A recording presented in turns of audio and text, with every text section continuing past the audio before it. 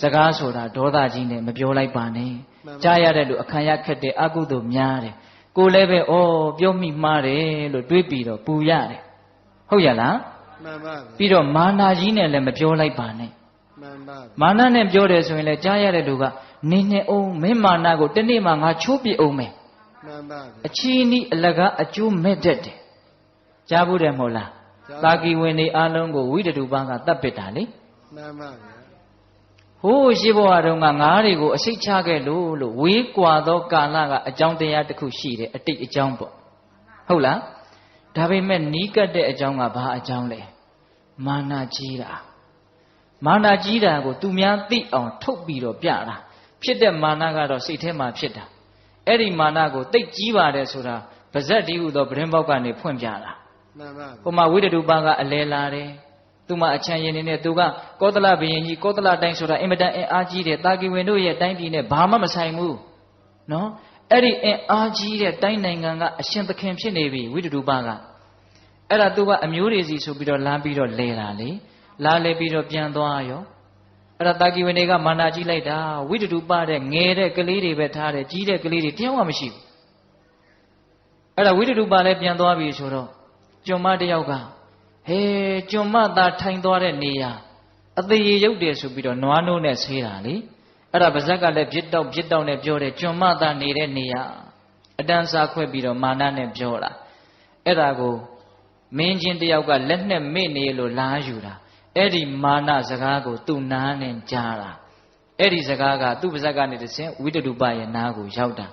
Eddie Ma, Naniago, no ness, she the O. Menu ye Niago, menu ye Lejondi and Natani Sipiame. Hola? A Nika so a Jongaro, Manago, me pupido, Tola, Sakata Conjosa Magamula. Gaune, Tajam beat the bound to the round, a Jew Shijin and Solushi. Sakab Jordan Niama. Boko go Jeep Jova. A chain cargo Jeep Jova. Manadi Dodarine, Mabjova ne. Hola? Pido Zagari, Mamyavane Zagamia Lucy, a being Amushi, Revia. Number did Joyin, a buri illuri badoyo, a lingly Zagamuda Warakan tighted. Joyin, Gubioni de Lune Gunego, Menananga Pupido, Yini de Surago Didino, Hulu Abigo, Joyin, Gonzagari, Le Badodete. Hola, Joyin, say like Mamma Chibido, Janyantanani, Le Twadodete. Paruda wasa, no? Now Bioyin, Nidara Mashida Zagari, Badoyo, Yadovino, Nimishidari, Jojara, Yamaje. Hola, Erilo, Mudawara, Biduna wasa, Paruda wasa, Tampapala Basode, Jemuji, Legugo, Lonju, Midate, a treasure. Dandayama, Maconde Boadigo, Jadate, a being amu. Erilo so individual Zagama Bioven, Jingo Nubi, say penny light on my piano, other lemalone. Eh, the Gamajidi. Zagaga Mabioven, Lemapshifu, no? Mapshifu, the Kali, the shoe. Within will lap Yoda down to a Bude. Tinito Zagama Biodo. Hola.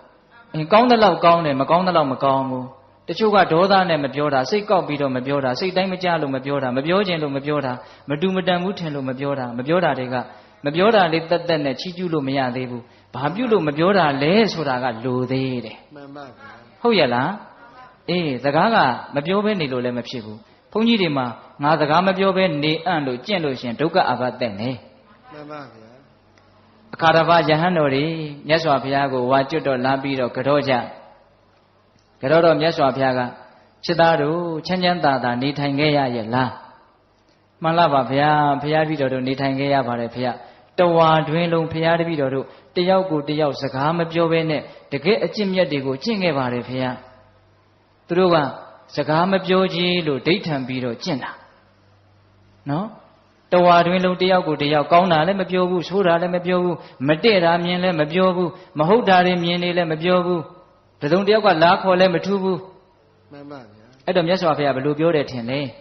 Menu hare, noari lo sidi lo chingejara vede. Papa says a Jordan Matineno, that we need Balido Mashidi, Hola. Erido. Gondo Zagari in the tea saltare, Napia, Yatanaro Mejima. Don't they jump the Kamabio Nijara, lay. မသိတော်တာရှိရင်ဆုံးမရမှာပေါ့ပြောရမှာပေါ့ကောင်းမြတ်တဲ့စကားတွေကိုပြောရမှာပေါ့အကျိုးရှိတဲ့စကားတွေကိုပြောရမှာပေါ့ဟုတ်လားကဲဖះကများစကားမပြောဘဲနေခဲ့မယ်ဆိုရင်ဘယ်လိုများလုပ်မလဲဟင်ဒကမာကြီးများစကားဆိုတာမကောင်းတာပြောရင်ကြီးကျယ်တဲ့အပြစ်ရှိတယ်လို့ကောင်းတာပြောလို့ရှိရင်ကြီးကျယ်တဲ့အကျိုးရှိတယ်ဘယ်လောက်တန်ဖိုးရှိတယ်လို့ပြောလို့မရအောင်တန်ဖိုးရှိတယ်မှန်ပါဗျာဟုတ်ရလားမှန်ပါနောက်ဆုံးဦးဇင်းတို့နိဗ္ဗာန်ထိအောင်စကားကတွန်းအားပေးနိုင်တယ်မှန်ကန်တဲ့စကားအဓိပ္ပာယ်ရှိတဲ့စကားအကျိုးရှိတဲ့စကားပြောမယ်ဆိုလို့ရှိရင်ဒကမာကြီးများလည်းကြားဖို့ပါတယ်နော်သဗ္ဗဒါနံဓမ္မဒါနံဇီနာတိအလှူတကအလှူထဲမှာတရားအလှူအမြတ်ဆုံးတရားကိုဘယ်လိုလုပ်လှူရတာတော့ပါဇက်ကနေလှူရတာစကားအဖြစ်နဲ့လှူရတာဟုတ်လားဟုတ်တယ်နော်ဒကာကြီးများမှန်ပါဗျာအေးအဲ့တော့စကားဆိုတာအင်မတန်ကောင်းတဲ့ဘက်ကကြည့်မယ်ဆိုလို့ရှိရင်အင်မတန်ကောင်းတယ်ဟုတ်လားဆိုးတဲ့ဘက်ကကြည့်မယ်ဆိုရင်ဆိုးတာလည်းအများကြီးဖြစ်နိုင်တယ်ဆိုကြပါစို့ပေတပေါင်းသူတော်ကောင်းတို့ဉာဏ်ပါပါလေးစဉ်းစားကြည့်ဖို့ပြောပြအောင်မယ်လောကမှာအကြီးမားဆုံးသောအပြစ်ဟာဘာလို့ကြားဘူးလဲအဲဥစဉ်လည်းနားရတာပေါ့ဗျာစဉ်းစားလိုက်ပါဦးမိစ္ဆာဒိဋ္ဌိမိစ္ဆာဒိဋ္ဌိမှာနိယတမိစ္ဆာဒိဋ္ဌိခိုင်မြဲတဲ့နိယတမိစ္ဆာဒိဋ္ဌိဆိုလို့ရှိရင်တော့အဝိဇ္ဇိကြတတ်တယ်အဝိဇ္ဇိကြတယ်နိယတဖြင့်ကြတတ်တယ်မဟုတ်ဘူးကြတယ်အမေတတ်အဖေတတ်လို့အဝိဇ္ဇိကြတဲ့လူကဒီကဘာပြက်လို့ရှိရင်လွတ်တယ်နိယတမိစ္ဆာဒိဋ္ဌိသမားများကတော့ဒီကဘာပြက်ရင်တခြားသောကဘာမှာရွှေ့ပြီးတော့ခံရတယ်လို့ဆိုတယ်အပြစ်တကအပြစ်ထဲမှာမှားယွင်းတဲ့အယူအဆကိုမှန်တယ်ထင်ပြီးတော့လက်သင့်ခံထားတဲ့မိစ္ဆာဒိဋ္ဌိဆိုတာအပြစ်အကြီးဆုံးပဲမှန်ပါဗျာအဲ့ဒီမိစ္ဆာဒိဋ္ဌိဆိုတဲ့အကြီးမားဆုံးအပြစ်ဟာဘာကြောင့်ဖြစ်တယ်လဲလို့နည်းနည်းလေးလေ့လာကြည့်ရမိစ္ဆာဒိဋ္ဌိဖြစ်ခြင်းအကြောင်းတရား2ပါးရှိတယ်တဲ့ပရတောဂောတသူတစ်ပါးရဲ့နှုတ်ကနေပြီးတော့မှားယွင်းတဲ့သကားဆံတွေကြားရတယ်တဲ့သကားဆံကအင်္ဂါတစ်ချက်ဖြစ်တယ်နော်ကိုယ့်ရဲ့အတွင်းကနေပြီးတော့မှားယွင်းတဲ့နှလုံးသွင်းမှုအယောနိသောမနတိကာရဖြစ်တယ်တဲ့မှားတဲ့စကားသံနဲ့မှားတဲ့နှလုံးသွင်းမှုဒီနှစ်ခုပေါင်းမိရင်မိစ္ဆာဒိဋ္ဌိဖြစ်တယ်တဲ့ဟုတ်လားအပြစ်အကြီးဆုံးမိစ္ဆာဒိဋ္ဌိဖြစ်ဖို့အတွက်အကြောင်းတရားတစ်ခုသည်မှားယွင်းတဲ့စကားသံဖြစ်နေတယ်ဟုတ်လားဒါကြောင့်မှားယွင်းတဲ့အယူဆတွေကိုဖြန့်ချိတဲ့ပုဂ္ဂိုလ်တွေဟောပြောတဲ့ပုဂ္ဂိုလ်တွေဟာအင်မတန်အပြစ်ကြီးတယ်ဒါကြောင့်မြတ်စွာဘုရားကဘုရားလက်ထက်ကဟိုဒိဋ္ဌိဆရာကြီးတွေရှိတယ်ပုရဏကတ္တပဆိုတဲ့ဒိဋ္ဌိဆရာကြီးကိုမြတ်စွာဘုရားကဘယ်လိုပြောလဲဆိုတော့ပုရဏကတ္တပသည်အဲ့ဒါလူထောင်မြုံကြီးပဲတဲ့ဘာကြီးတယ်တော့လူထောင်မြုံကြီးပါဗျာငါးတွေကိုထောင်တဲ့မြုံရှိတယ်နော်မြုံရဲ့သဘောတရားကဝင်လို့ရတယ်ထွက်လို့မရဘူးမြုံဆိုတာဘာလဲဝင်လို့ရတယ်ထွက်လို့မရဘူးအဲ့ဒီလိုပဲအယူဆမှားတွေဟာဆွဲလန်းသွားပြီဆိုရင်အဝင်သာရှိတယ်အထွက်အင်မတန်ခက်လိမ့်မယ်ဒါကြောင့်လူတွေကိုမကောင်းတဲ့နေရာကိုရောက်အောင်ဖြားယောင်းသွေးဆောင်ပြီးတော့ထောင်နဲ့လူထောင်မျိုးနဲ့အင်မတန်အပြစ်ကြီးတယ်မှန်ပါဆိုလိုတာက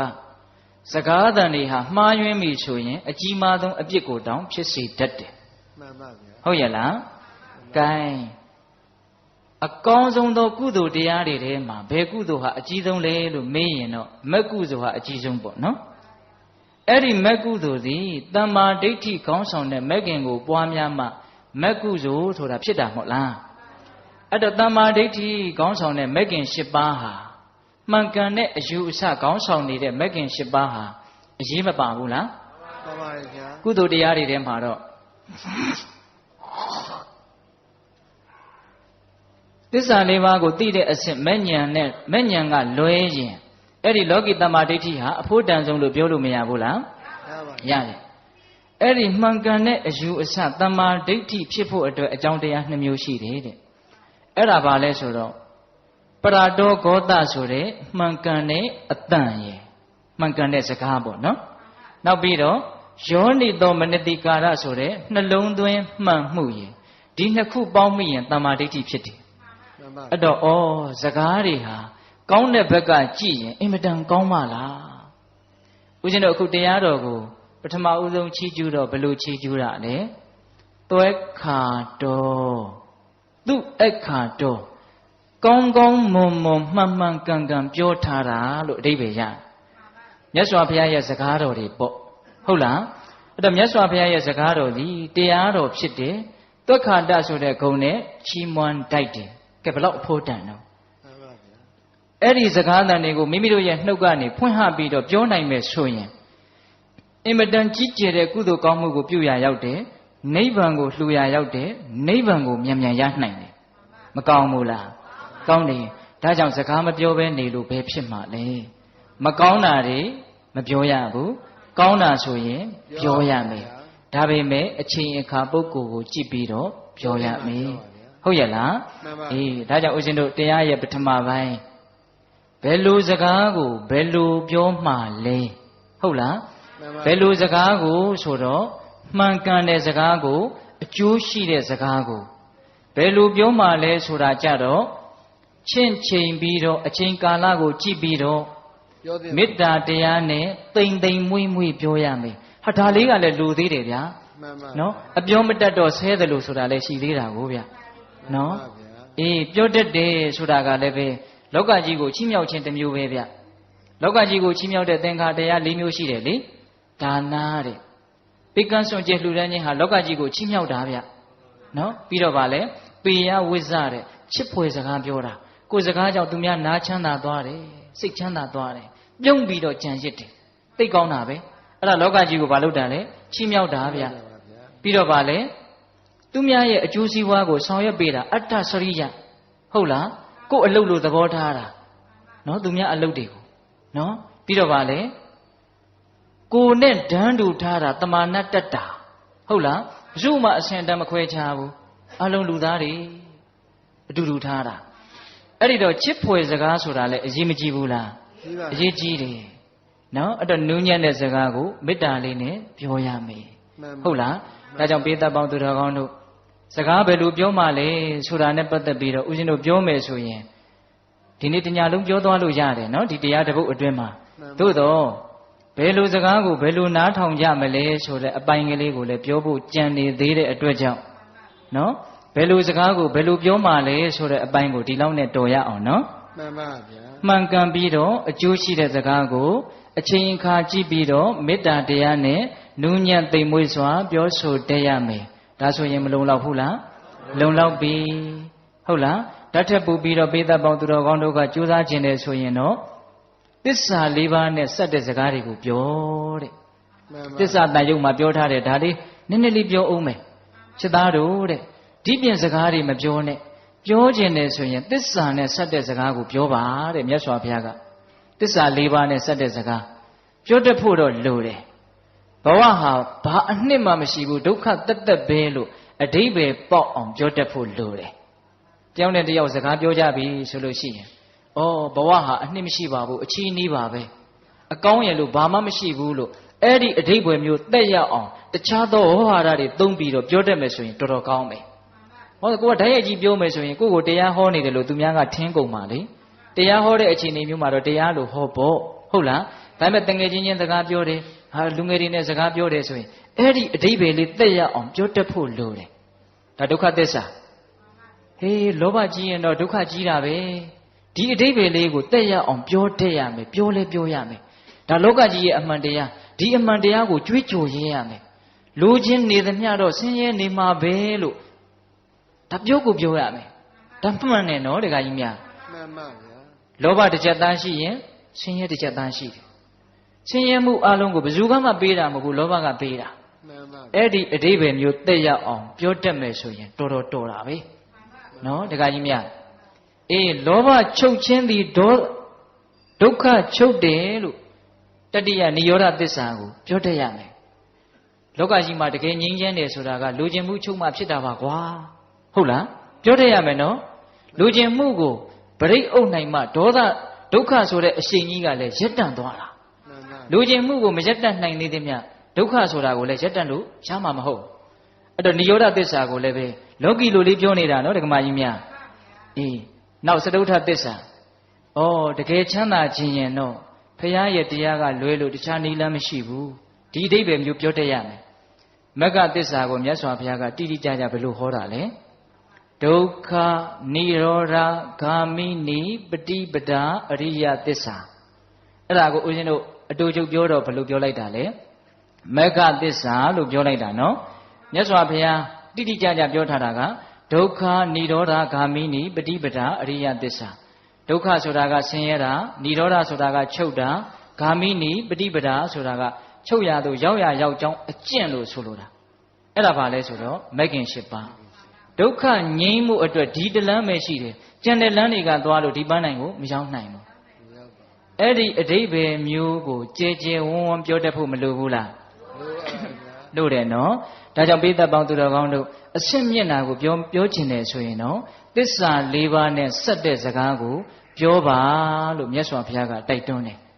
အဲ့ဒါသည်ငြိမ်းချမ်းကြောင်းဖြစ်တယ်တန်တရားဝတ်ကလွတ်ကြောင်းဖြစ်တယ်ပြောတဲ့လူအတွက်လည်းအတိုင်းအဆမရှိအကျိုးရှိတယ်နားထောင်တဲ့လူအတွက်လည်းပဲအတိုင်းအဆမရှိအကျိုးရှိတယ်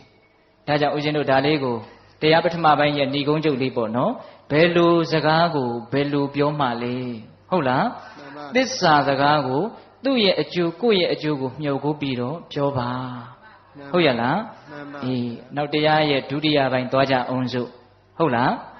ဘယ်လိုစကားကိုဘယ်လိုနားထောင်မှလဲစကားသံတွေကနားထဲမှာရောက်လာတာတွေအများကြီးမရှိဘူးလားရှိပါတယ်ဗျာနေတိုင်းကြားနေရတာတချို့ဆိုကြားရလွန်းလို့စိတ်ပြက်တယ်လို့ပြောတဲ့လူတွေလည်းအများကြီးရှိတယ်ဟုတ်တယ်ပြက်မယ်ဆိုလည်းပြက်စီဟာတခါတလေအာနာမှုနဲ့မျက်နှာချင်းဆိုင်ပြီးတော့နားလာထောင်းနေရတာစိတ်ကတိပြင်းနေရရောက်တယ်ခံစားဘူးလားခံစားဘူးပါဗျာလုံးဝစိတ်မဝင်စားတော့ဘူးတစ်ဖက်ကလည်းအတင်းပြောနေတာပဲအလိုက်မသိကိုယ်ကလည်းပဲနားမထောင်ရင်အလိုက်မသိရရောက်မှဆိုလို့သူစိတ်ဆင်းရဲမှဆိုလို့ဟန်လုတ်ပြီးတော့ဘာလုပ်နေရလဲနားထောင်နေရတာပြောနေတဲ့စကားတွေကလည်းသူကောင်းကြောင်းနေကြီးပဲဟုတ်လားပြီးတော့သူများမကောင်းကြောင်းနေကြီးပဲမှန်ပါဗျာလူတွေပြောတဲ့စကားဟာများသောအားဖြင့်အဲ့ဓာတွေများတယ်ဗျမြတ်စွာဘုရားဟောထားတယ်ဗျာနှုတ်ကိုကြည့်ပြီးတော့လူယုံမှာသူတော်ကောင်းလို့ခွဲတဲ့နီရှိတယ်တဲ့မှန်ပါဗျာဒကမာကြီးတွေအဲ့ဒီနီလေးရကြင်လားနှုတ်ကိုကြည့်ပြီးတော့သူယုတ်လားသူကောင်းလားလို့သိအောင်လုပ်တဲ့နီရှိတယ်တဲ့သူများကိုဝေဖန်ဖို့မဟုတ်ဘူးကိုယ့်နှုတ်ကလေးကိုကြည့်ပြီးတော့ဝေဖန်ဖို့ပြောကြည့်ရအောင်လောကမှာတဲ့ရုပ်တဲ့လူတွေဟာစကားလုံးကနည်းနည်းတော့ယဉ်သိတယ်ဗျာဟုတ်လားကဲမကောင်းတဲ့လူတွေဟာလို့ပဲပြောကြပါစို့ဟုတ်လားမကောင်းတဲ့လူတွေဟာတဲ့စကားပြောလို့ရှိရင်ကိုကောင်းကြောင်းကြီးပြောတယ်တဲ့ကိုကောင်းကြောင်းကိုသူများမမေးဘဲနဲ့ပြောတာတဲ့မေးရင်တော့အခြေကြီးပြောတာတဲ့မစိုးနိုင်တော့ဘူးကိုကောင်းကြောင်းနဲ့ကိုအတိုင်းဝိုင်းကောင်းကြောင်းပေါ့ဗျာကိုသားသမီးကိုမြေကိုဆွေမျိုးကိုကောင်းတာဆိုရင်တော့အကုန်ပြောတာပဲဟုတ်လားအေးအဲ့ဒါသူရုပ်ရဲ့လက္ခဏာတစ်မျိုးကိုမကောင်းကြောင်းကိုမမေးရင်တခွန်းမှမပြောဘူးမေးရင်တောင်မှမပြောခြင်းနဲ့နည်းနည်းပဲပြောတယ်တဲ့ကိုမကောင်းကြောင်းကြတော့ဟုတ်လားနောက်သူများမကောင်းကြောင်းကိုမမေးဘဲနဲ့ပြောနေတာမေးမယ်ဆိုရင်တော့အဲ့ဒါအကျယ်ဝိထာတာချက်ပြီးတော့မဆုံးအောင်သာနားထောင်ပြီးတော့ဟုတ်လားသူများကောင်းကြောင်းကိုမေးတောင်သူသိမပြောနိုင်ဘူးဟုတ်မမေးရင်မပြောဘူးမေးမှနည်းနည်းပဲပြောတယ်သူများကောင်းကြောင်းမပြောနိုင်ဘူးအဲ့တော့အဲ့ဒါသူရုပ်ရဲ့လက္ခဏာတဲ့ဟုတ်လားကိုကောင်းကြောင်းကိုမမေးဘဲနဲ့ပြောတယ်မေးရင်တော့ဇိုးဝဲမရှိကိုမကောင်းကြောင်းကိုမမေးရင်မပြောဘူးမေးမှနည်းနည်းဟုတ်လားသူများမကောင်းကြောင်းကိုမမေးဘဲနဲ့ပြောရင်မေးရင်အကျယ်ကြီးပြောတယ်သူများကောင်းကြောင်းကိုမမေးရင်မပြောဘူးမေးရင်နည်းနည်းပဲပြောတယ်အဲ့ဒါပါလေသူရုပ်ရဲ့လက္ခဏာသူကောင်းရဲ့လက္ခဏာကြတော့အဲ့ဒါနဲ့ပြောင်းပြန်ကိုမကောင်းတာကိုမမေးဘဲနဲ့ပြောတယ်မေးလာရင်အကျယ်ကြီးပြောနိုင်တယ်ကိုကောင်းတာကိုမမေးရင်တခွန်းမှမပြောဘူးမေးလာတော့မှလကားပါကွာကိုကစိုင်ကော်လို့ခြုံမော်ရောက်တာပါရှော့ချတယ်ကိုကောင်းတာကိုမပြောခြင်းဟုတ်လား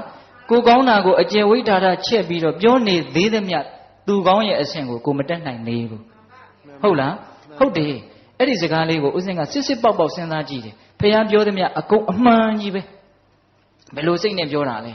ကိုကောင်းတာကိုပြောခြင်းနေသမျှအဲ့ဒီစိတ်ဟာကောင်းကိုမကောင်းဘူး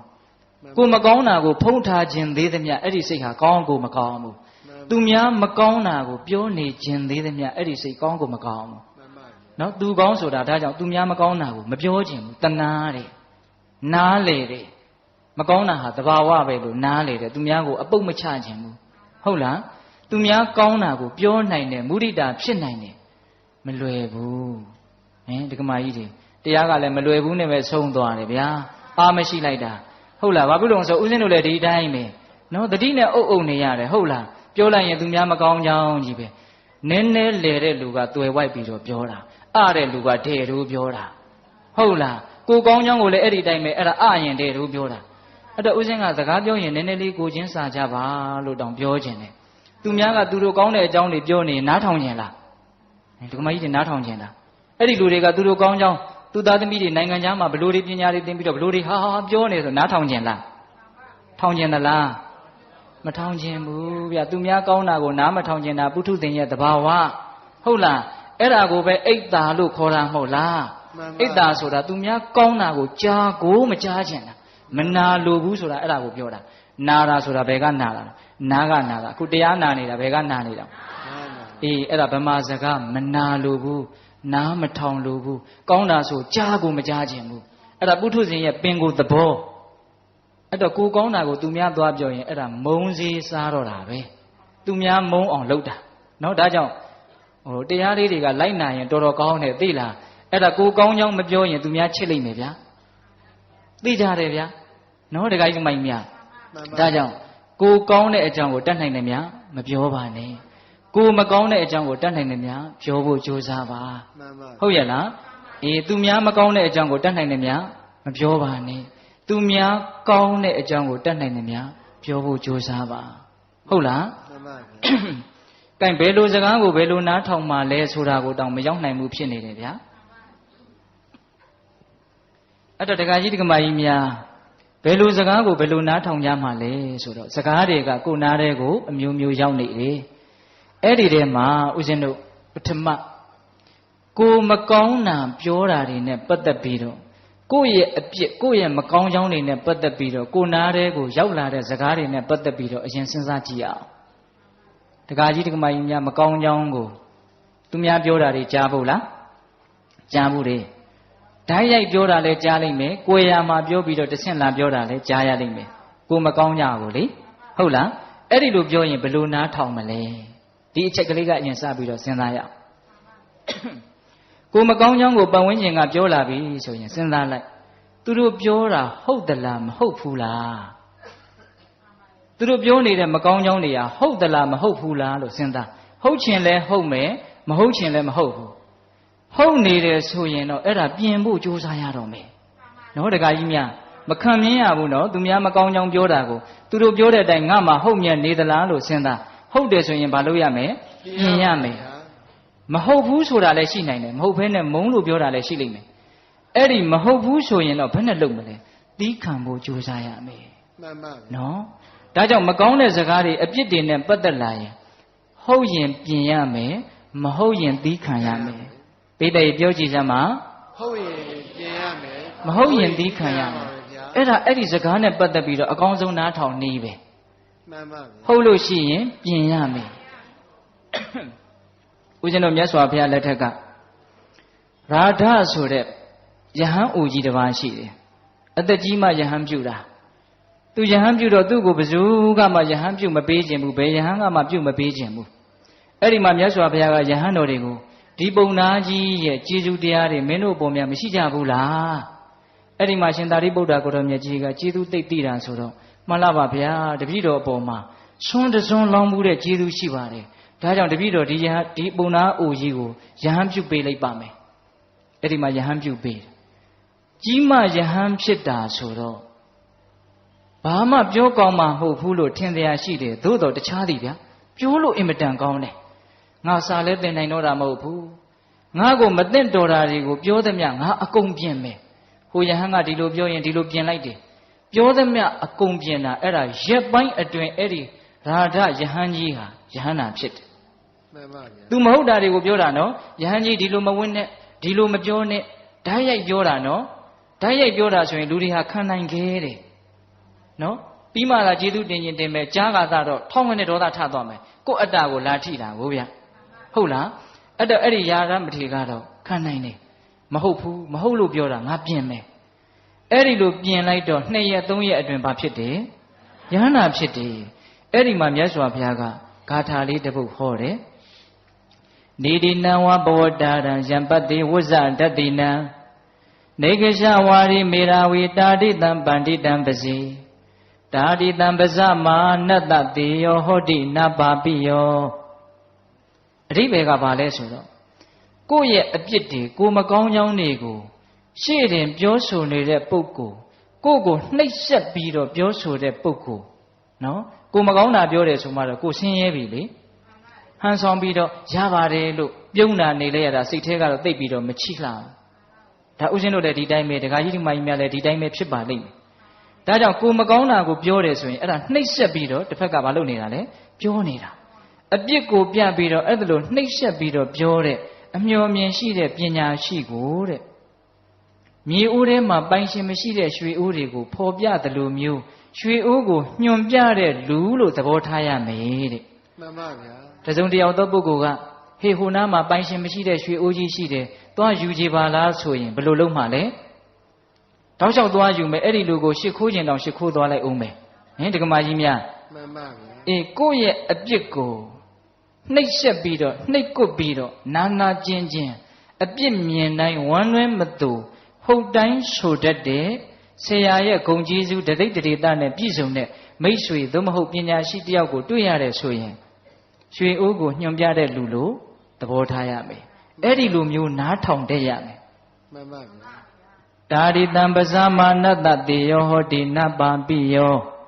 တာရိတံထိုကဲ့သို့သောပညာရှိကိုပဇာမာနတချင်းကံသောပုဂ္ဂိုလ်အားတေယောဟောတိနပံပိယောမြတ်တယ်ဆိုတာသာဖြစ်နိုင်တယ်ရှုံးတယ်ဆိုတာမဖြစ်နိုင်ဘူးမြင်မြတ်တယ်ဆိုတာသာဖြစ်နိုင်တယ်ယုံညံ့တယ်ဆိုတာမဖြစ်နိုင်ဘူးဟုတ်လားအပြစ်ပြပြီးတော့ကိုယ့်ကိုပြောဆိုတဲ့ပုဂ္ဂိုလ်ကိုကတကယ်လို့မြန်ရွှေအိုးပြတဲ့လူလို့သဘောထားနိုင်မယ်ဆိုရင်ကိုဟာမြင့်မြတ်တဲ့လူဖြစ်မယ်ယုံညံ့တဲ့လူမဖြစ်နိုင်မှန်ပါဗျာဟာနားတဲ့ကိုတန်ရီဘူးနဲ့လောင်းလိုက်တယ်လို့ခံရခက်တယ်ကွာလာမပြောနဲ့ငါသိတယ်ငါတက်တယ်ဆိုပြီးတော့ဒေါသတွေနဲ့ပြန်တုံ့ပြန်မယ်ဆိုရင်တော့ယုံညံ့တဲ့သူရှုံးတဲ့သူဖြစ်သွားမှာပေါ့ဟုတ်လားဒါကြောင့်ပေးသက်ပေါင်းသူတော်ကောင်းတို့ဘယ်စကားကိုဘယ်လိုနားထောင်မလဲဆိုတဲ့နေရာမှာကိုယ့်ရဲ့မကောင်းကြောင်းတွေကိုယ့်ရဲ့အပြစ်တွေကိုပြောလို့ဟုတ်လာပြီဆိုရင်တော့ပြင်မဲ့စိတ်နဲ့နားထောင်ရမယ်တနည်းအားဖြင့်တော့ကျေးဇူးတင်လိုက်တာဒီလူကိုရွှေအိုးပြတဲ့လူလို့သဘောထားရမယ်ဒါမှတိုးတက်မှာဗျမှန်ပါဟုတ်လားကိုယ့်ရဲ့မကောင်းကွက်ကိုထောက်ပြတဲ့လူတကယ်လို့များလေတခါကြီးဒီမိုင်များပွဲလန်းတပင်သွားကနီးမှာကိုယ့်မျက်နှာပေါ်မှာအညစ်ကြီးတစ်ခုပေးနေတယ်ဆိုကြပါစို့ကိုကတတိမေးလျော်လို့မှန်မကြည့်ကြရလို့တစုံတစ်ခုသောအကြောင်းကြောင့်အဲ့ဒါကိုမသိဘူးလို့ဆိုကြပါစို့အဲ့ဒါကိုတယောက်ကဟေးမင်းမျက်နှာပေါ်မှာလေအညစ်ကြီးတွေတိတ်အဲ့ဒီလူကိုကျေးဇူးတင်ပါလားကျေးဇူးတင်ပါဗောဗျာ तू မပြောလို့ရှိရင်ဟိုလူပုံညာတဲ့ရောက်တော့ကိုမလှတာကြီးရွာလေပြသလိုဖြစ်နေပြီဟုတ်လားအေးကိုယ့်ရဲ့အပြစ်ဟုတ်တာကိုပြောတဲ့လူကိုမုန်းလို့ပဲပြောချစ်လို့ပဲပြောကျေးဇူးတင်ကိုတင်သင့်တယ်တချို့လည်းပဲမုန်းလို့ပြောတာပါ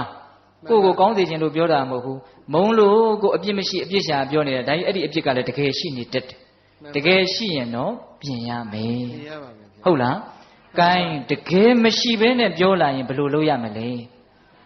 သိခံရမယ်ဘာတတ်နိုင်မှာလဲသူတို့ရဲ့နှုတ်ကိုလိုက်ပိတ်လို့မှမရပဲကိုဟုတ်လားမှန်ပါဗျာမဟုတ်ရင်တော့အပြစ်တွေပြောတာကိုသိခံရမယ်ဦးဇင်းတို့မြတ်စွာဘုရားလက်ထက်ကကွန်ဒဒါနမတိဆိုတာရှိတယ်သူ့ရဲ့မူရင်းနာမည်ကတော့ဒါနဒါပေမဲ့ရှေ့ကကွန်ဒလို့ထည့်ထားတယ်မိမကျူးသူတဲ့ဟော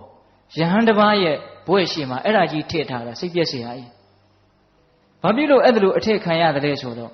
သူသွားလေရာမှာအရွယ်ရှိတဲ့မိမတယောက်ကတကောက်ကောက်လိုက်နေတယ်လို့ဘေးလူတွေရဲ့မျက်စိမှာမြင်ရတယ်တဲ့တကယ်မလိုက်ဘူးတကယ်လည်းမရှိဘူးအဲ့ဒီမိမပုံကသို့တော့ဘေးကကြည့်တဲ့လူရဲ့မျက်စိထဲမှာအဲ့ဒါလိုကိုမြင်နေရတာဘယ်သူမှသူ့ကိုမယုံဘူးဆွန်းလောင်းမဲ့လူလည်းမရှိဘူးနော်သူ့မှာအင်မတန်ချွတ်တဲ့အဲ့ဒါလိုကြီးဖြစ်တာ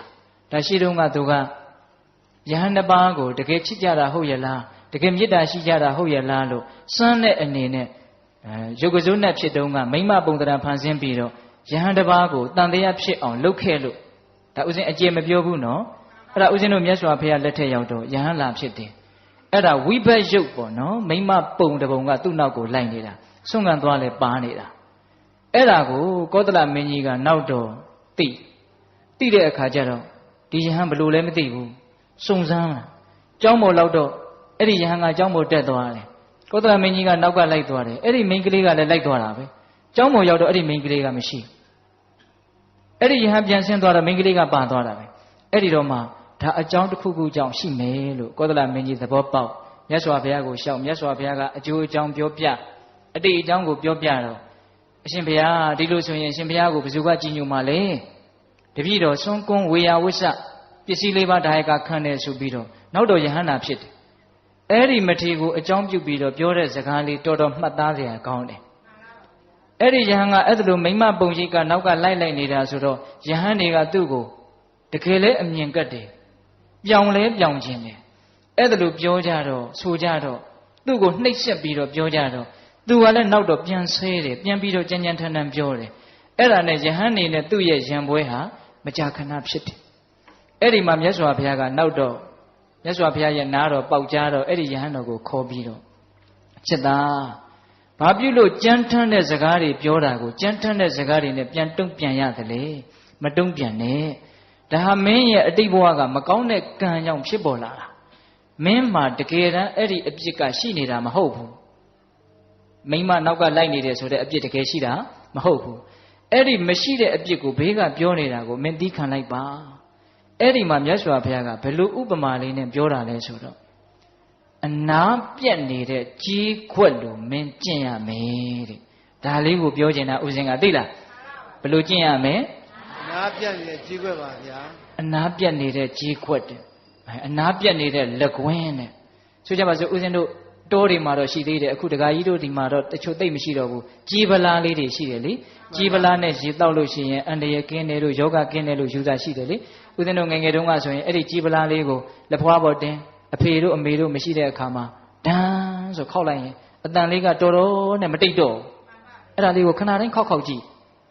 အဲ့ဒီကြီးပလားလေးကလွတ်ကြလို့မြတ်အနာကပြက်ပြီးတော့ကွဲသွားပြီဆိုရင်ဒန်းလို့ခောက်လိုက်ရင်ဒန်းလို့အတန်ဆွဲပြီးတော့မမြည်တော့ဘူး that's ပြီးသွားအတန်ကရေရှည်မလာတော့အဲ့တော့အနာပြက်တဲ့ကြီးခွက်လို့ကျင့်ရမယ်ဆိုတာအဲ့ဒါပြောတာတစုံတယောက်ကပြောလိုက်လို့စိတ်ကတိုလိုက်တယ်ကဲခဏတော့တိုလိုက်ပေါ့တိုးပြီးတော်တော့အဲ့ဒါကိုပြန်စဉ်းစားပြီးတော့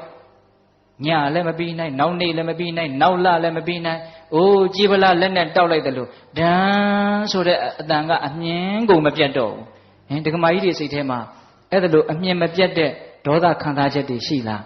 ရှိတာပေါ့ဥစဉ်တို့လည်းရှိတာပေါ့ဟုတ်လားဘလို့ဖြစ်နေတာတော့ကြီးပလားကလက်လက်ဆက်ဆက်ကြီးကိုဗျဟုတ်လားအနာမပြတ်သေးဘူးဒဏ်ရာတောင်မရသေးဘူးဟုတ်လားမြတ်စွာဘုရားကဘလို့ကျင့်ရမှာလဲတော့အနာပြတ်နေတဲ့ကြီးပလားလို့ကျင့်ရမေးတဲ့တစုံတယောက်ကကိုယ့်ကိုထိထိခိုက်ခိုက်မဟုတ်ဖဲနဲ့လာပြောလာရင်ပုထုဇဉ်တဘာဝစိတ်တော်တုံမှာပေါ့သို့တော့အဲ့ဒါကြီးကိုတာရှည်ကြီးတုံမနေနဲ့ဘာအကျိုးရှိလို့လဲဟိုလူကပြောပြီးလို့မေ့သွားပြီကိုကဒီမှာအသစ်ရှိနေအသစ်ဖြစ်နေတယ်ဟုတ်လားအေးဒါကြောင့်မြတ်စွာဘုရားကပေးတတ်လိုက်တာနော်ဥပမာကိုဟုတ်လားဒါကြောင့်ကိုယ့်ရဲ့အပြစ်တွေမကောင်းတာတွေကိုပြောလို့မဟုတ်ဘဲနဲ့ပြောတယ်ဆိုလို့ရှိရင်အနာပြတ်တဲ့ကြီးခွက်ကြီးနော်သွားတဲ့ကြီးဟိုအစဉ်တို့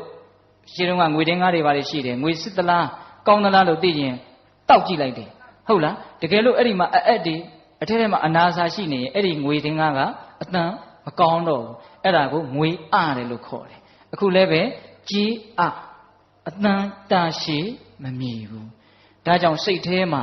ဒေါသတန်တွေအကြာကြီးမြည်မနေနဲ့ဒါပြောတာနော်မဟုတ်ရင်သီးခံလိုက်ပါမြတ်စွာဘုရားတောင်သီးခံရတာဗျတတန်တရားလုံးကပါရမီတွေအပြည့်ဖြည့်ခဲ့ပါတယ်ဆိုတော့ပါရမီရှင်ကြီးတောင်မှသီးခံရတာဗျဟိုမာဂန္ဒီဆိုတဲ့မိန်းမတယောက်နဲ့တွေ့တာကြားဘူးတယ်မဟုတ်လားအေးသူ့အဖေကလည်းမာဂန္ဒီသူ့အမေကလည်းမာဂန္ဒီသမီးအချောသမီးအလှဟာဘုရားကလည်းတပ်ပယ်လိုက်တာဒီလောက်ချောလှတဲ့ယောက်ျားမမြင်ဘူးဆိုပြီးတော့ဒီဇလန်းကြီးမပြောတော့ပါဘူးဗျာဟုတ်လားသမီးထိုးအပ်တာလေအဲ့ဒီမှာမြတ်စွာဘုရားကဒီ32ခုထာတာအငြိအကျေးစုဝေးကိုငါခြိတောင်းနဲ့တောင်မတို့ခြင်းဘူးလို့အမေအဖေတရားသူရမဲ့အရေးကိုရှေ့ရှုပြီးတော့အဲ့ဒါလိုပြောလိုက်တာအဲ့ဒါကိုမာဂန္ဒီရန်ညိုးဖွဲ့တယ်ငါတနေ့ဘာဖြစ်မလဲမသိနိုင်ငါရဲ့ရုပ်အဆင်းကအင်မတန်တင့်နေတယ်သူထင်တဲ့အတိုင်းပဲမိဖုရားကြီးဖြစ်တယ်ဥဒိဏမင်းရဲ့မိဖုရားဖြစ်တယ်နော်ကောတံဘီပြည့်ရှင်ရဲ့မိဖုရားခေါင်ဖြစ်တယ်ဖြစ်တော့အဲ့ဒီမျိုးကိုဘုရားလည်းကြွသွားပြီဆိုတော့မိစ္ဆာဒိဋ္ဌိအယူရှိတဲ့သေတောက်ကျူးတွေကိုပတ်စံပေးပြီးတော့ခိုင်းတာဘုရားကိုဆွဲခိုင်းတာ ဆဲတာမှအမျိုးမျိုးပပဆက်ဆက်ဆဲတာဆဲတော့ရှင်အာနန္ဒာကမြတ်စွာဘုရားကိုလျှောက်တယ်အရှင်ဘုရားကိုယ်တံဘီကလူတွေဟာသိရိုင်းတာပဲတဲ့ဒီလိုနေရာမျိုးသာသနာမပြုသင့်ဘူးမနေသင့်ဘူးတပည့်တော်တို့တနေရာပြောင်းကြပါစို့စိတ်သားအာနန္ဒာအဲ့ဒီမင်းပြောင်းတဲ့နေရာကတော့ဒီလိုဆဲမယ်ဆိုရင်ဘယ်လိုဆက်လုပ်မလဲတဲ့နောက်ထပ်မဆဲတဲ့တနေရာပြောင်းမယ်ဖေရအဲ့ဒီနေရာကဆဲရင်ကောနောက်ထပ်တနေရာဖေရမင်းဟာကထွက်ပြေးနေတဲ့နီလန်းကြီးပဲတဲ့ဟုတ်လားမြတ်စွာဘုရားက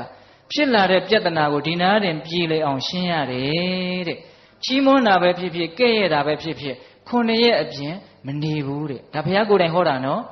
သမာစကပုမှန်တယ်နော်ချီးမွမ်း9ရက်ကဲ့ရဲ့9ရက်ပြောပါစေအပြစ်တွေပြောပါစေသူတို့မောတော့ရက်သွားလိမ့်မယ်ဟုတ်လားသူတို့ပြောတာကိုကိုကမခံခြင်းဖြစ်နေမှသူတို့ကအဲ့ဒါအရသာရှိပြီးတော့ဆက်ပြောနေမှာဗျာမခံခြင်းတဲ့ကလေးဆိုပို့စတယ်မဟုတ်လားဒကမာကြီးများအဲ့ဒါလိုမျိုးနော်အဲ့ဒီမှာမြတ်စွာဘုရားကယဟန်တော်တွေကိုဟောတာအာနာကိုဝသင်္ကမေသာပတောပတိတံတရံအတိဝါကျံတိတိခတံဒုတ်တိလောဟိဘဟုတ်ဇနောစိတ်သားအာနန္ဒာတဲ့စစ်ပွဲမှာဆင်နွှဲနေတဲ့စစ်စင်ကြီးဟာတစ်ဖက်ရန်သူတွေကနေပြစ်လာတဲ့မြားဒဏ်တွေကိုခါချပြီးတော့စူးလာရင်လည်းစူးပါစေလို့ကြံ့ကြံ့ခံတယ်လို့မျိုးတဲ့ငါဖះလည်းပဲလောကစစ်မြေပြင်မှာပြစ်ခတ်လာတဲ့စကလုံးမြားဒဏ်တွေကိုငါကြံ့ကြံ့ခံမယ်နော်အတိဝါကြံတိတိတ်ခတံအတိဝါကြံဆိုတာလွန်ကဲကိုပြောလာတာပြောတဲ့ပြောတဲ့အတိုင်းတာထက်လွန်ပြီးတော့ကိုပြောလာတာ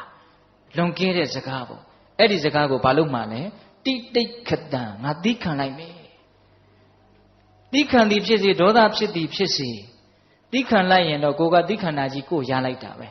ဒေါသဖြစ်မယ်ဆိုရင်တော့ဒေါသဖြစ်တာကြီးကိုရလိုက်တာပဲရှင်းတော့ရှင်းလေးပဲနော်ကိုဘာကိုလိုချင်တယ်လေ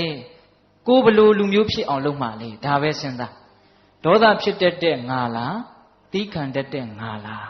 အဲ့ဒါလို့ဆိုရင်တော့ဘယ်ဟာရွေးမှလဲသီးခံတတ်တဲ့ငါလို့ရွေးမှာပေါ့နော်ဒါပေမဲ့တကယ်တွေ့လာပြီဆိုရင်တော့ဒေါသဖြစ်တဲ့ငါကိုပဲရွေးပြီးသားဖြစ်နေတယ်ဟင်ဒကမာကြီးများမှန်ပါမြတ်စွာဘုရားကဒါကြောင့်လွန်ကျူးပြီးတော့ပြောတဲ့စကားတွေကိုသီးခံလိုက်မယ်တဲ့ဘာပြုလို့လဲဆိုတော့အကြောင်းပြတာတွေလှလွန်းလို့ဒုတ်တိလောဟိဘဟုတ်စနောတဲ့လောကမှာရှိတဲ့လူအများစုတွေဟာမဆောင်စည်းကြတဲ့သီလမဲ့တဲ့လူတွေကြီးများတယ်တဲ့ကဲဟင်ဒကမာကြီးများကိုယ့်ရဲ့နှုတ်ကိုမဆောင်တဲ့လူကိုယ့်ရဲ့လက်ကိုမဆောင်တဲ့လူတွေပဲများတဲ့ဟုတ်လားဒါကြောင့်ဘဝဆိုတာစူးကြားမှာတီးရတဲ့ဘူးသီးလိုပဲတခါတလေဟိုလိုလုပ်လဲအပြစ်မလွတ်ဒီလိုလုပ်လဲအပြစ်မလွတ်ဟုတ်လားအဲ့ဒီတော့ကံပြောခြင်းရပြောပါစေလို့ဒီလိုထားရမယ့်အခြေအနေမျိုးတွေအများကြီးရှိလာတယ်နော်တခါယူမိုက်များဒါကြောင့်ကိုမကောင်းတာတွေပြောပြီးအပြစ်တွေပြောလာပြီဆိုရင်မဟုတ်ရင်ဘာလုပ်ရမလဲသီးခံရမယ်ဟုတ်ရင်တော့ဘာလုပ်ရမလဲပြင်ရပါမယ်ပြင်ရမယ်ဒါကမကောင်းတဲ့စကားတွေနဲ့ပတ်သက်ပြီးတော့ဟုတ်လားမှန်ပါကဲကိုနားတဲ့ကိုကောင်းတဲ့စကားတွေနဲ့ပတ်သက်ပြီးတော့လေရောက်လာအောင်မှာပဲဟုတ်လားကိုမြတ်နိုးတဲ့လူတွေချစ်တဲ့လူတွေရှိမှာပဲလေကိုကလည်းပဲကောင်းတဲ့လောက်လည်းကောင်းမှာပဲလေအဲ့ဒီလိုကိုရဲ့ကောင်းတာတွေကိုလည်းပြောလိမ့်မယ်အဲ့ဒါတွေကလည်းကိုယ်ရာပြောတာရှိမယ်ရှေ့တင်ပြောတာရှိမယ်ဟုတ်လားအဲ့ဒီကောင်းတာတွေကလည်းဟုတ်တာလည်းရှိခြင်းရှိမယ်မဟုတ်ဘဲနဲ့မြှောက်ပြီးတော့ပြောတာလည်းရှိခြင်းရှိမယ်ဘယ်လိုပဲပြောကောင်းတာတွေပြောပြီးဆိုရင်တော့အဲ့ဒီစကားသံနောက်ကိုရင်မှုပြီးတော့လိုက်မသွားဖို့လိုတယ်ဟင်ဒကမာကြီးများမကောင်းတာတွေကိုမဟုတ်ဘဲနဲ့မြှောက်ပြောတာဆိုရင်တော့နားကိုထောင်းမနေနဲ့ဒါပေမဲ့လူတွေကလည်းခက်တော့ခက်ကြီးဗျာကောင်းတာပြောရင်တော့မဟုတ်လည်းပဲနားအရသာခံပြီးတော့နေနေတာပဲဒါကြောင့်မို့လို့အဲ့ဒီနီလန်းကြီးကဘယ်တော့မှတိမ်ခေါ်မှမဟုတ်ဘူးမြှောက်တာလူတိုင်းကြိုက်တာပေါ့ဆိုတာတကယ်လဲကြိုက်တယ်ဦးဇင်းတို့လည်းကြိုက်တယ်ဒကာကြီးဒကမကြီးများလည်းကြိုက်တယ်ဒါကတော့ဦးဇင်းကသဘောတူလားလို့ကိုမေးမနေတော့ဘူးတေချာပေါက်ကိုသိတယ်မြှောက်တာမကြိုက်တဲ့လူတယောက်မှမရှိဘူးလို့ကိုပြောလိုက်ခြင်းသေးတယ်ပုထုဇဉ်တွေထဲမှာဆိုရင်တော့မှန်ပါဟုတ်လားဒါကြောင့်ကိုကောင်းတာကိုပြောတယ်ဆိုရင်မဟုတ်ရင်တော့မဟုတ်ဘူးလို့ပြောလိုက်ပါဒါကြီးကိုအရသာခံမနေပါနဲ့ဟုတ်လားကိုကောင်းတာကိုဟုတ်နေအောင်တောင်မှရစ်မှုပြီးတော့မနေပါနဲ့ဟုတ်လားအေးဒါကကိုနဲ့ဓာတ်ရိုက်ပတ်သက်တဲ့ ကောင်းမကောင်းစကားတွေဟုတ်လားစကားတွေက2မျိုးပဲရှိတာနော်ကိုယ်အကြောင်းကကောင်းတာရဲ့မကောင်းတာရဲ့အဲ့ဒါကိုလည်းပဲနောက်ထပ်ထပ်ပြီးတော့ခွဲလိုက်ပါဦးကောင်းတာကလည်းဟုတ်တာလည်းပါမယ်မဟုတ်တာလည်းပါမယ်၄မျိုးဖြစ်သွားပြီဗျမကောင်းတာကလည်းဟုတ်တာလည်းပါမယ်မဟုတ်တာလည်းပါမယ်အဲ့ဒီကောင်းမကောင်းဟုတ်မဟုတ်ဆိုတာတွေကိုရှေ့တင်ပြောတာရှိမယ်ကိုယ်ရပြောတာရှိမယ်ဟောစကားတွေကိုအများကြီးပြသွားတယ်နော်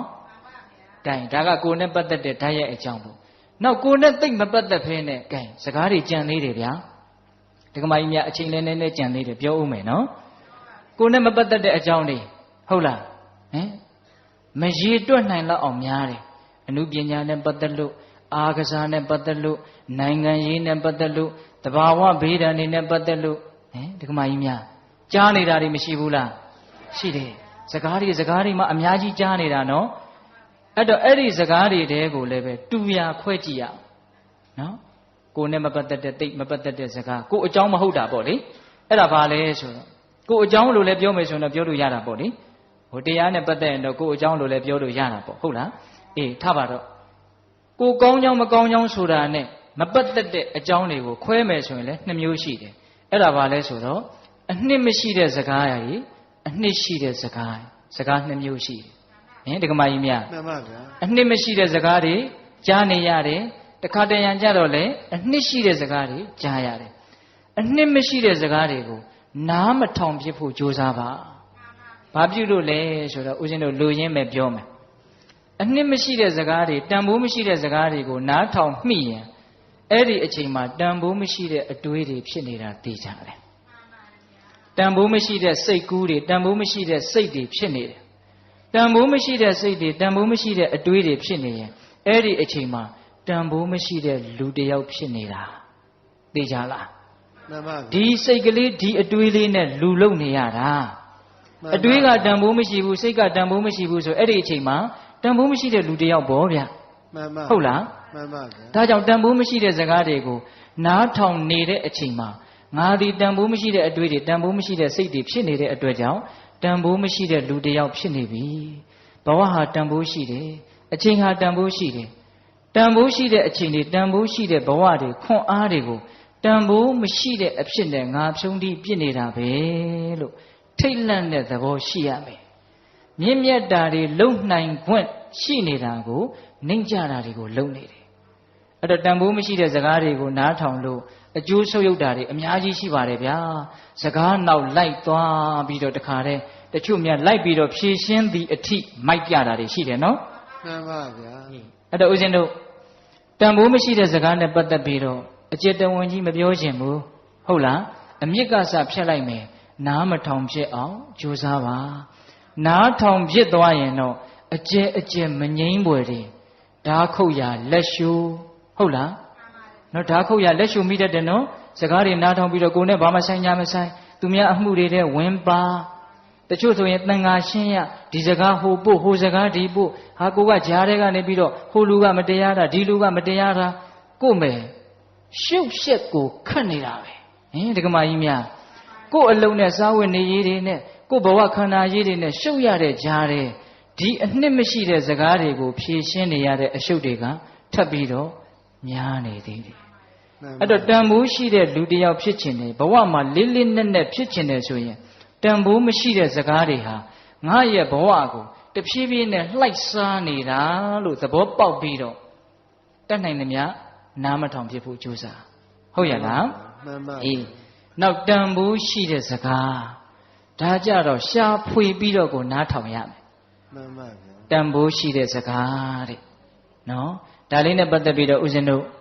မေဂိယသုတ်တံကိုနည်းနည်းလေးဏိကုံးချုပ်ပြောခြင်းမေဂိယဆိုတဲ့ယဟန်တစ်ပါးရှိတယ်နော်မြတ်စွာဘုရားလက်ထက်ကဘုရားရဲ့အလုတ်အကျွေးယာယီသူဆောင်ရွက်တယ်ရှင်အနန္ဒာအလုတ်အကျွေးမလုခင်တုန်းကပေါ့လေအဲ့ဒါနဲ့တနေ့တော့မြတ်စွာဘုရားနဲ့သွားရင်းနဲ့ဟိုးခလန်းလန်းမှာတရက်ဥယျာဉ်ကြီးမှိုင်းညို့ပြီးတော့မြင်တယ်မြင်တော့မြတ်စွာဘုရားတဲ့တပည့်တော်အဲ့ဒီတရက်ဥယျာဉ်ကြီးကိုလည်းမြင်တော့တရားသွားအထုတ်ခြင်းစိတ်တွေအရန်ပေါက်တယ်တပည့်တော်အဲ့ဒီသွားပါရစီအဲ့တော့မြတ်စွာဘုရားကချစ်သားငါဘုရားတပါးတည်းနောက်ထပ်အလုတ်အကျွေးယဟန်တပါးလာသည်အထိစောင့်ဆိုင်ပါအောင်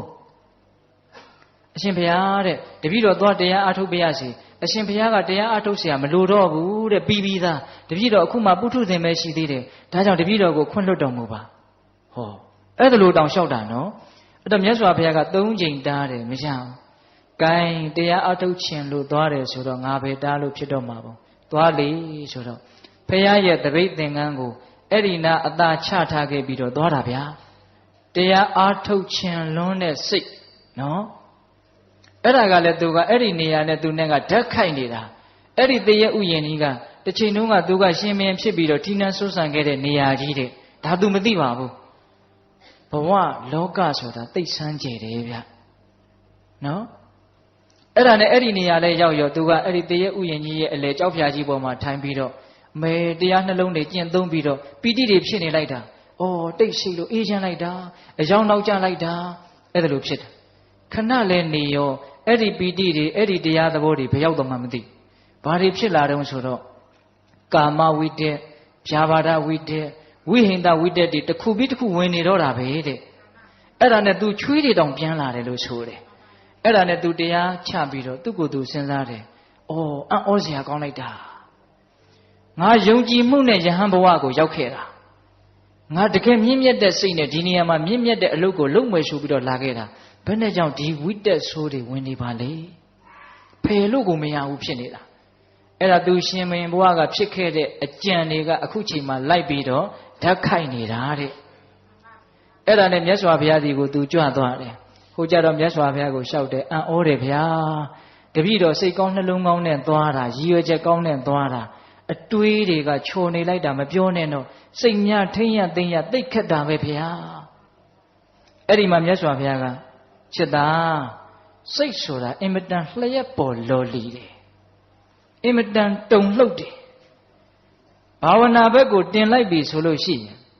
ရေထဲမှာနေကြငါးကိုကုန်းပေါ်မှာပြစ်တင်လိုက်တော့တစ်ဖြက်ဖြက်တုန်လှုပ်သလိုမျိုးပဲတဲ့ကာမအာယုန်တွေထဲမှာအမြဲနေခဲ့တဲ့စိတ်ကိုစိတ်ငြိမ်ရာတိတ်ဆိတ်ရာလဲတင်လိုက်ရောလုံးဝအိမ်ဒီမရဘူးဖြစ်သွားတယ်တဲ့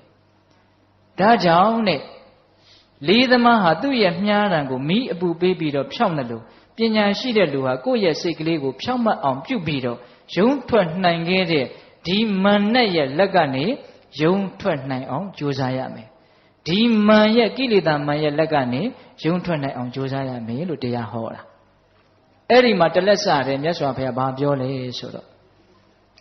စေတောဝိမု ക്തി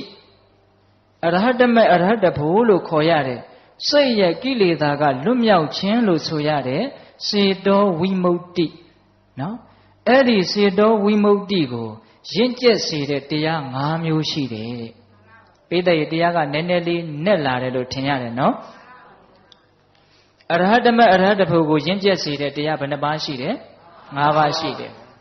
နံပါတ်1မိတ်ကောင်းဆွေကောင်းတဲ့နော်နံပါတ်2ပါတိမောက္ခတံဝရသီလကိုကျင့်တရားတဲ့ဟုတ်လား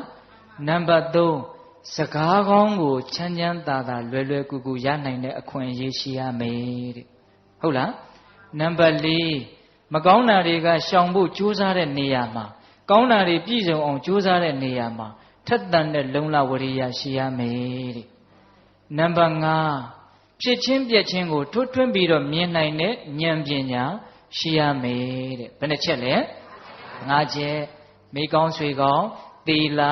စကားကောင်းကိုရနိုင်တဲ့အခြေအနေပြီးတော့ဗာလဲဝိရိယ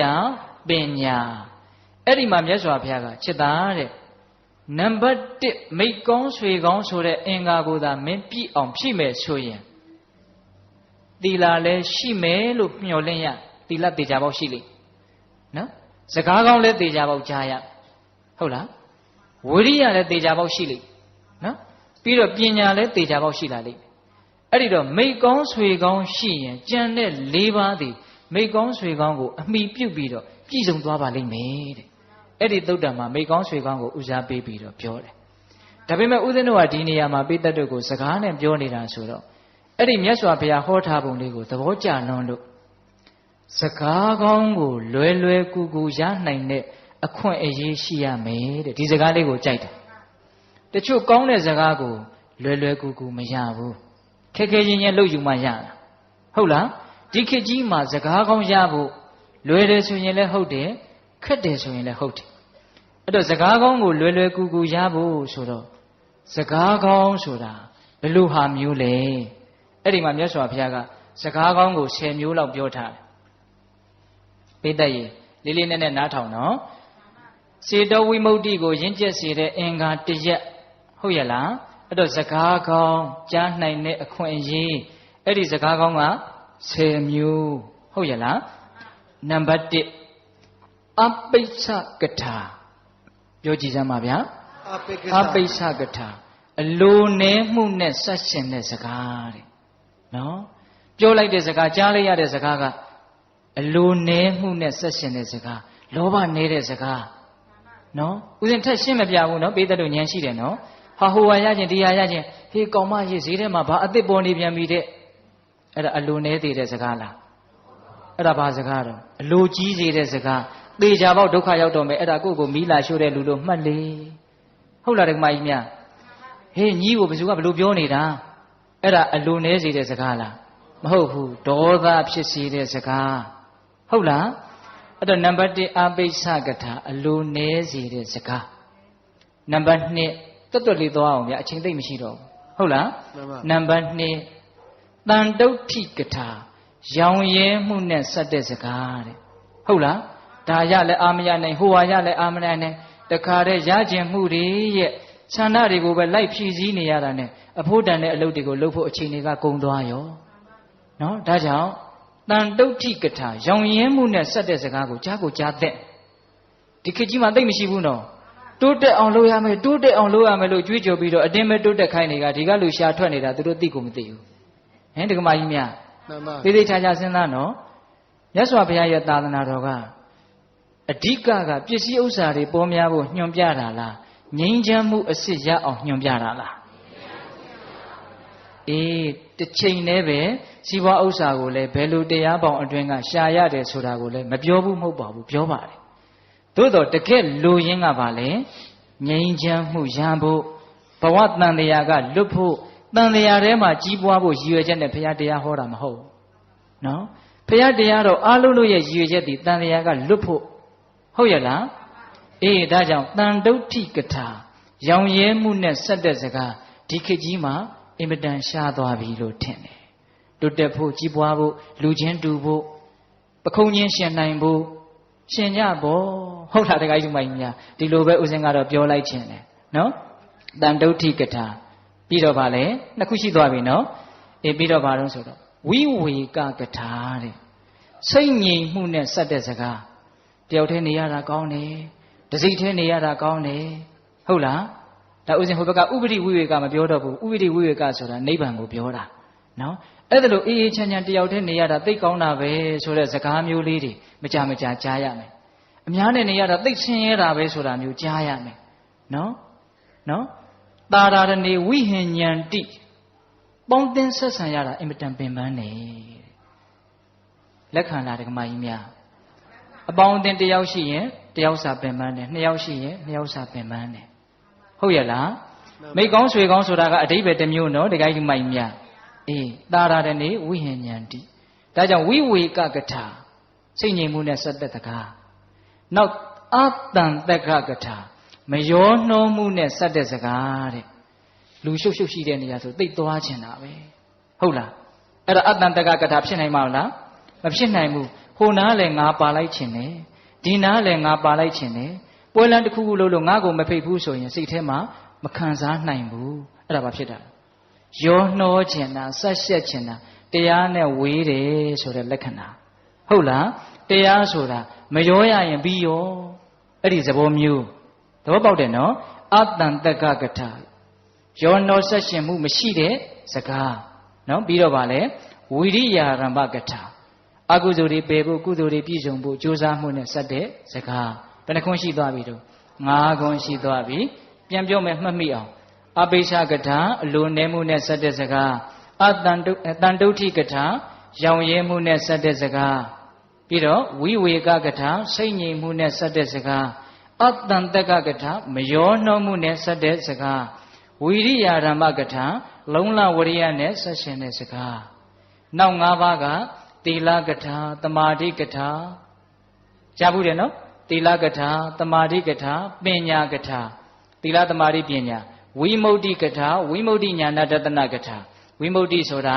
မဲ့ဉာဏ်ကိုပြောတာဝိမု ക്തി ဉာဏဒသနဆိုတာပိစဝေခဏဉာဏ်ကိုပြောတာမဲ့ဉာဏ်ဖူဉာဏ်ရပြီးတော့ကိုရတဲ့မဲ့ဉာဏ်ဖူဉာဏ်ကိုဆင်ញင်နေဟုတ်လားပြီးတော့ကုံတဲ့ကိလေသာကြံတဲ့ကိလေသာတွေကိုဆင်ញင်နေအဲ့လိုပေါ့နော်အဲ့ဒါပိစဝေခဏဉာဏ်ပေါ့နော်အေးအဲ့ဒီလိုသီလသမာဓိပညာဝိမု ക്തി ဝိမု ക്തി ဉာဏဒသနာဆိုတဲ့ကထာ၅ပါးနဲ့စောစောကကထာ၅ပါးပေါင်းလိုက်တော့စကား10ခွန်းအဲ့ဒါဒီကောင်းသောစကားတဲ့ဟုတ်ရလားမှန်ပါဗျာအဲ့ဒီလိုစကားကောင်းကိုလွယ်လွယ်ကူကူချမ်းချမ်းသာသာရနိုင်တဲ့အခွင့်အရေးရှိရမယ်အဲ့ဒီလိုစကားမျိုးကိုစူးစမ်းပြီးတော့နားထောင်ရမယ်ဟုတ်လားဒါကြောင့်ဘယ်လိုစကားကိုဘယ်လိုနားထောင်မှလဲဆိုတဲ့တရားရဲ့ဒုတိယပိုင်းအချိန်ကစေ့သွားပြီတနာရီခွဲကို2မိနစ်တောင်ကျော်သွားပြီနော်ဒီတရားကမမျှော်လင့်မဲနဲ့ရှည်သွားတယ်ပေးသက်ကလည်းစိတ်ဝင်စားတဲ့အမူအရာတွေအပြည့်ပြလို့နဲ့ဒူပါရဲ့ဟင်ဒီကမာကြီးများဟုတ်လားဒီဒါကြောင့်ဒီကနေ့တရားရဲ့နောက်ပိုင်းဗါတဲ့လေဘယ်လိုစကားကိုဘယ်လိုနားထောင်မှလဲအပြစ်ပြောလာတယ်ဆိုရင်တော့ဟုတ်ရင်ပြင်လိုက်ပါမဟုတ်ရင်သီးခံပါကောင်းတာတွေပြောမယ်ဆိုရင်တော့မဟုတ်ရင်တားမြစ်လိုက်ပါ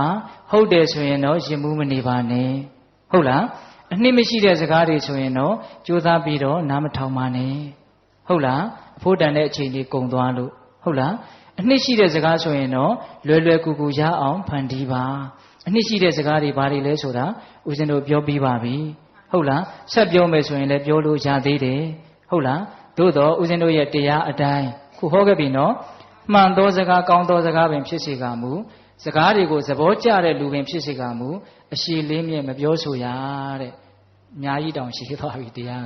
ကကိုတရားကိုမလိုက်နာတယ်လို့ဖြစ်နေတယ်ဟင်ဒီကမာကြီးများတဏှာကြီးပဲဟောမလို့ဟာအခု3မိနစ်ကျော်သွားပြီနော်အေးဒါကြောင့်ဒကာကြီးဒီကမာကြီးများဒီကနေ့တရားကဗါတဲ့တော့စကားတို့ဤအစွမ်းတဲ့ကောင်းနိုင်စွမ်းဆိုးနိုင်စွမ်းအကြီးအကျယ်ရှိနေတဲ့ဒီစကားတွေကိုဘယ်လိုပြောမှလဲ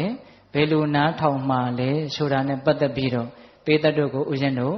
ပြောပြပါပြီဟုတ်လားဒါကြောင့်အကျိုးရှိအောင်ပြောနိုင်ကြပါစေအကျိုးရှိအောင်နားထောင်တတ်ကြပါစေဟုတ်ရဲ့လားအေးဦးဇင်းတို့9မိနစ်ခန့်မြတရားနှလုံးကျင့်သုံးပြီးတော့မေတ္တာပို့ပြီးတော့အဆုံးသတ်မယ်နော်